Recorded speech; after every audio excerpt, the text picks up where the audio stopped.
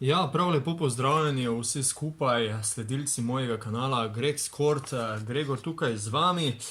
Za danes sem se odločil, da naredim takšen prvi sploh premierni podcast, če se lahko sploh tako izrazim. V glavnem v to smer bo šla debata, čisto preprosto, zakaj je temu tako. Velika večina rednega dela NBA sezone je že za nami. Kot kaže, se bodo Dallas Mavericksi letos uvrstili v končnico, kar nas lahko v bistvu zelo veseli. Hkrati še ena zelo dobra, če ne celo odlična sezona Luke Dončića, ki seveda tudi to pot spada med enim izmed najboljših igralcev v ligi, ampak to ni več nobena skrivnost. Pa da se hitro osredotočim na zadeve, o katerih bi danes govoril. Če splošno ocenimo sezono Dallasa, Luko, potem težave Dallasa s Kristapsom, Porzingisom, mogoče celo težave z Rickom Carlisleom, kratek pregled statistike in podobne zadeve, no. Kot sem že uvodoma dejal, Dallas Mavericksi trenutno zasedajo 5. pozicijo na zahodu, kar jih v tem trenutku uvršča v končnico. Ampak, da bi se zanesljivo tja uvrstili, bo potrebno še nekaj dobljenih tekem in pa predvsem izognitev tako imenovanemu play-in turnirju, kar zadevo nekoliko oteži.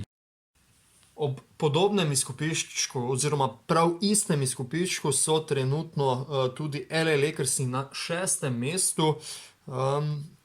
Že nekoliko zadaj pa so Portland, no, govorimo o zmagi ali dveh razlike, ne vem točno, no.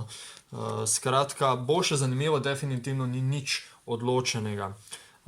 Seveda bi bilo, kot sem že dejal, lažje, da se Dallas temu izogne. Luka, ja, na 4. mestu po številu doseženih točk, v povprečju na 4. mestu po številu asistenc na tekmo. Že, da se tako rečem, vrabci na drevesih čivkajo, da brez Luke Dončića si igre Dallasa ne moremo predstavljati, ne moremo zamisliti. Vemo, kako zelo pomemben je, kaj pomeni njegova odsotnost v igri Dallasa in upam si trditi, da bi bili v tem trenutku daleč od kakršnega koli pogovora o končnici, vkolikor bi odrezali Luko iz moštva Dallasa, no, ampak tudi to ni neka posebna znanost, da ugotoviš, vkolikor vsaj malo oziroma bežno spremljaš košarkarsko ligo NBA.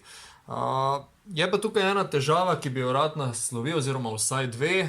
Spet zame osebno stekleni Kristaps Porzingis in njegove poškodbe, ki se vlečejo že v nedogled. Za takšno pogodbo, ki jo je pridobil v Dallasu za toliko časa, mislim, da je tole en maček v žaklju.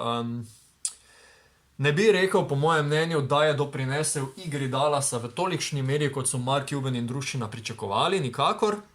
Ne rečem, da se bo to v nekem določenem času spremenilo, celo upam, da se bo, ampak zaenkrat te luči na koncu tunela ne vidim in verjamem, da bi bilo vredno poizkusiti ga nekoliko že za to sezono ali kadarkoli bo najprej potrebno ga dati na se pravi transfer listo, pa da vidimo, kaj se morda lahko dobi za njega, čeprav potrebno se zavedati, da bo tole zelo težko, kajti njegova cena je zares zelo visoka.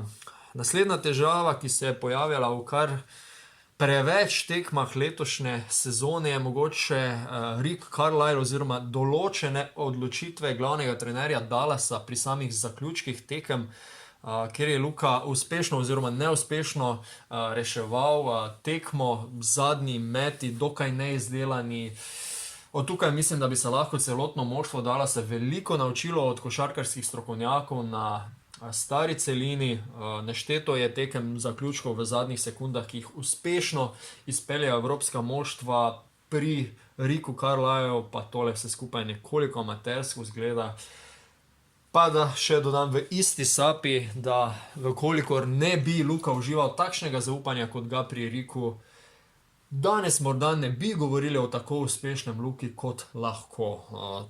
On je vendarle tisti skupaj s strokovnim štabom, ki je Luki podaril vso prostost, vso svobodo v napadu. Tako da tudi to je potrebno vzeti v zakup. No.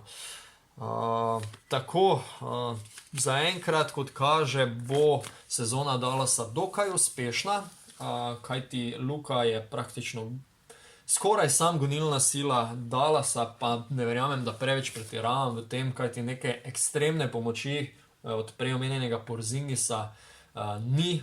Tim Hardaway Jr. se je izkazal kot tretja violina moštva, mislim, da je v tem primeru Josh Richardson, ki celo začenja v štartni peterki Dallasa, ena velika izguba, še posebej, če poudarim, da ga je Dallas tradal za Seta Curryja.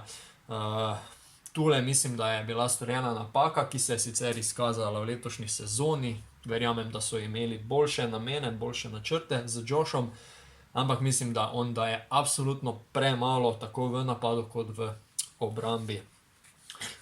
Skratka, upam, da vam je bil tale kratek podcast všeč. Zelo bi mi bilo všeč, ukolikor pustite kakršenkoli komentar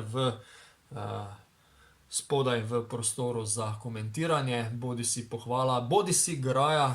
Konstruktivna debata je vedno dobrodošla, nikoli ne rečem, da sem popoln ali karkoli, ampak vedno rečem, da me zanima vaše iskreno mnenje. Verjamem, da se bom v naslednjih dnevih odločil še za kakšen podcast, mogoče celo v kakšni družbi, tako da predlagam in upam, da se boste naročili na moj kanal in da se tukaj srečamo še kdaj. Hvala za enkrat, Gregor sem bil z vami. Lep dan, lep večer, kdajkoli to poslušate še naprej. Nasvidenje.